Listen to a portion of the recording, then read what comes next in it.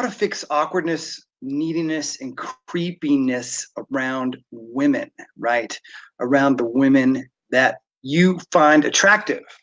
Certainly it could be any women, but a lot of times when I speak to guys, especially on the phone, what I notice is guys will sometimes, say, oh yeah, I get women, I attract women, just not the right ones. So we have to have that conversation about, well, if they're not the ones you want, it really doesn't count, right?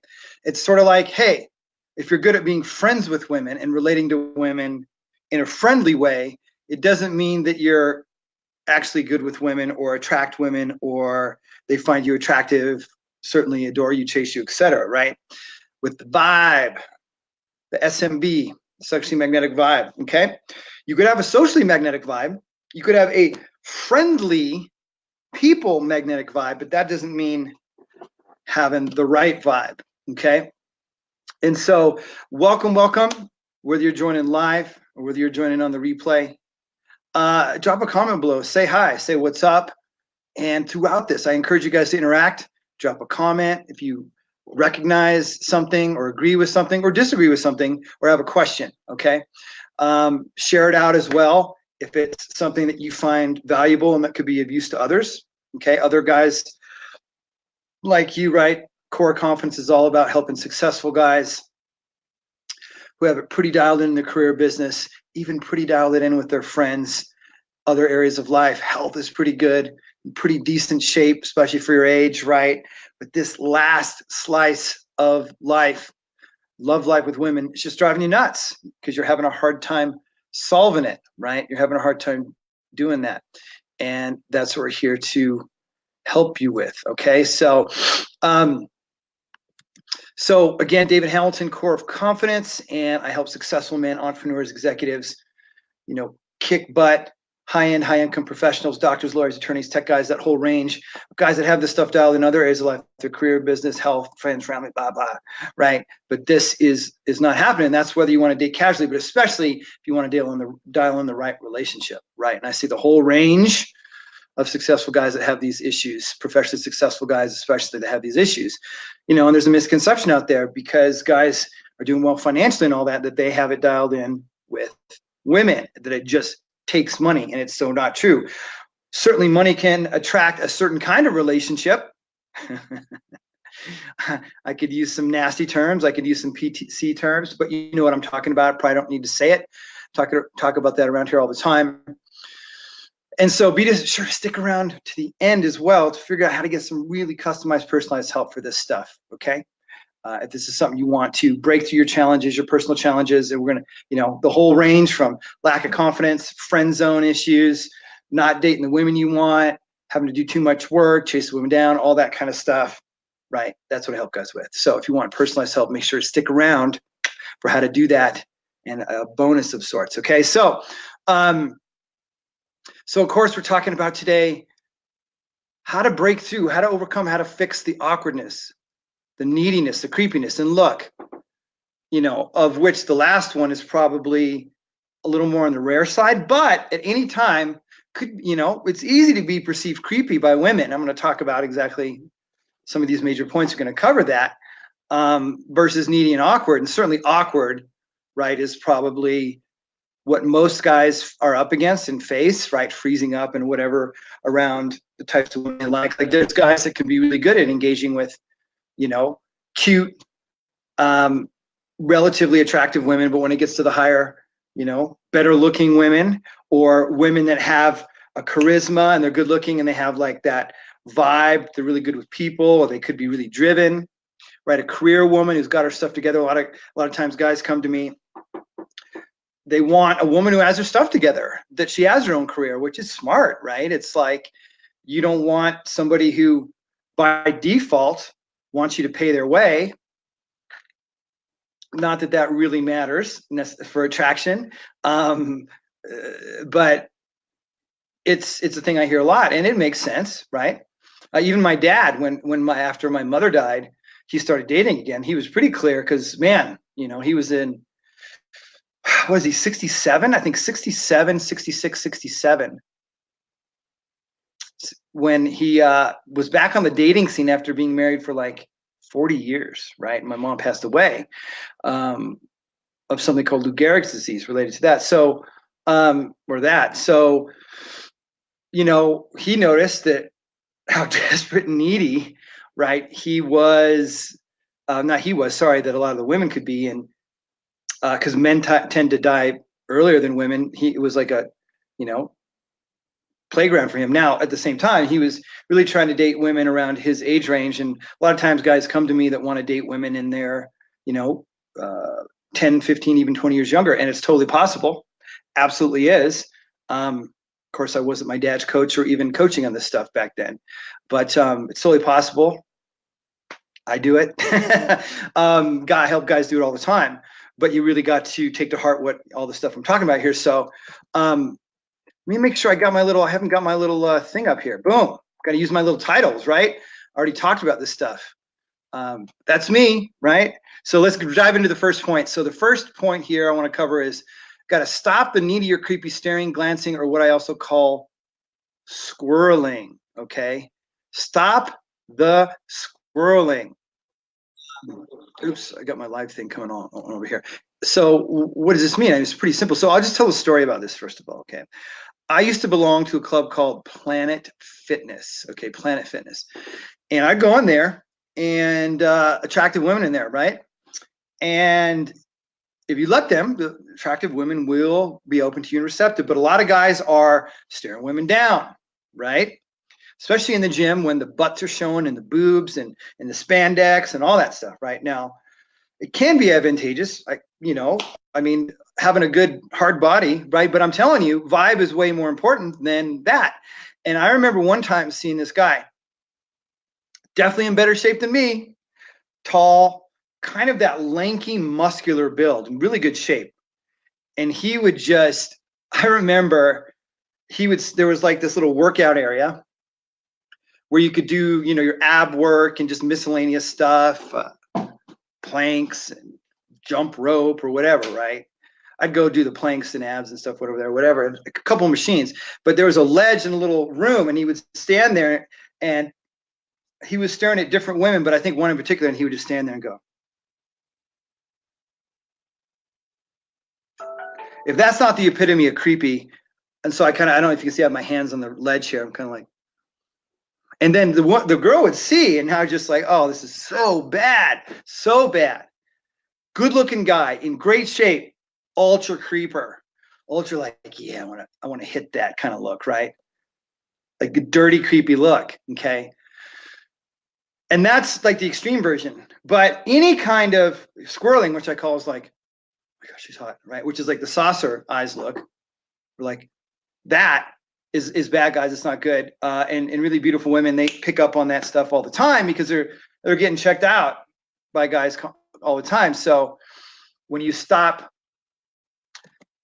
this kind of behavior, it really all starts in the mind. And we'll get into some more points on that supports this. Then things really, really can start to turn around. There's more to it than that, but this is a main point here. So, yeah, this stuff has to go. Okay. Even like, looking too much and glancing too much, all that kind of stuff, right? I work with clients all the time on this, and we work it bit by bit, step by step, day by day, week by week, quite frankly, month by month. So, it's super duper important. Okay. And so the next thing here is going to be maybe surprise some of you, but it's related, is stop being an online voyeur. Stop being an online voyeur. So any kind of stalking on Instagram and Facebook and stuff, right? Any kind of things you're like, oh yeah, these hot girls. It's related to the first one, and it affects your vibe. Okay. And so, and stop the online dating, quite frankly.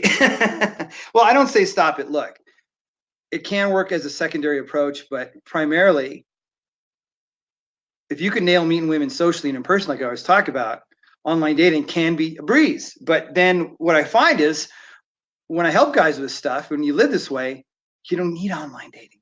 You don't need it. You have such an abundance of women, and they know it, and they also are much happier. Like, look, people still, they make couples and they, meet on eHarmony, Match, even Tinder, but it's much rarer than it is the norm. And people still want to meet the old fashioned way. They still want to do it. It's still like the preferred way, right? Because you can get a better sense of each other and you can get a better sense of her. So when you stop doing all this online stuff, in particular, if you like being an online creepy stalker, you know, and I'll see guys comment on my posts, the ones that get sent out to Facebook into the ether, into the netherworld out there. They'll be like, hey, baby. They'll be like, you're good looking. And then I'll respond, well, thanks. I'll take the compliment, even though I'm a straight guy who helps guys do this, right? So I screw with the guys a little bit because they're not even taking the time to read the stuff and whatever, right? It's just like, oh, God, you know. And obviously you guys aren't like that because you guys are here. And a lot of these guys are also like super like, I'm just going to say it. They're just not very successful. They don't have their head on straight. They live way, way, way in like the swampland where they're just like, I wish I could find me a woman. Where is she? I'm so good man's. And they can't even type English. And by the way, if you're here and that's you, I'm sorry, no offense, but I don't want to deal with that shit. Okay, I can't deal with people that can't spell or don't take the time to, you know what I mean? It's a sign of where your intellect and success is at from my end. Okay, not always, but a lot of the time. Okay, so don't be that guy at all. Let alone on my stuff.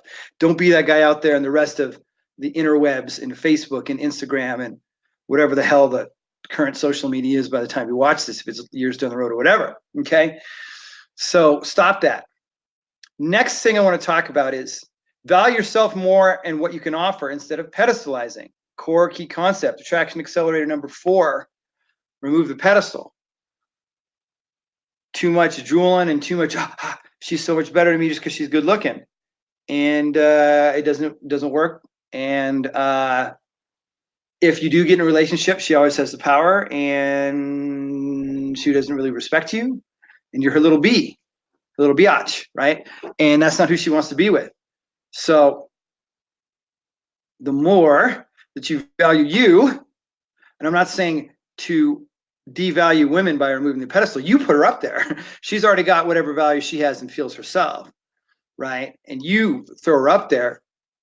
Well, you've already thrown her up there before you even talk to her, which is why I say stop doing a lot of this stuff, right? I need to put up that Bob Newhart video called Stop It, where he gives advice. I think it's $1 a minute. He's like, it only take me 5 minutes. Stop it, stop it. And this girl comes in and she's like, I have panic attacks and I'm afraid of closed spaces. And he just tells her, stop it over and over. It's hilarious. But a lot of times, and some of my coaches and mentors said, stop doing that. And okay, just stop doing this. Don't even do something new. Just stop doing that. Like when the doctor says, you know, move it this way. Well, it hurts. Well, don't stop doing it that way. Right? Not that that's always true with the doctor. We can talk about doctors and the medical system. That's a whole different conversation. I should probably start a page on that. But anyways, I'm not. This is stuff I focus on. So value you more in what you can offer instead of pedestalizing. They don't want to feel that. Nobody wants to be with somebody who's constantly like, oh, you're so amazing and the best, and drooling and smothering, and there's no like just hanging out, being regular, right? I'm not saying you can't ever do that, but you know, especially early on, it's really bad how guys will do it, right? And so I want to know, any of this stuff resonating? Leave a comment. Do you recognize any of this? And it could be in yourself. It could be in if you've ever done this, or other guys that you've noticed. If you're here, if you're like me, you've done all of this. Or at least one of these things, if not 2 or more, right? So drop a comment below, and also feel free to like it, share it, all that stuff, okay? If you find value in this. And so the next one we're going to talk about here is not approaching or engaging, okay? Just staring or trying to play it too cool. Look, we talk about, you know, you got to stop chasing and being creepy and needy and pursuing and all this stuff. But you still got to interact and engage and take action. This stuff still has to happen, right?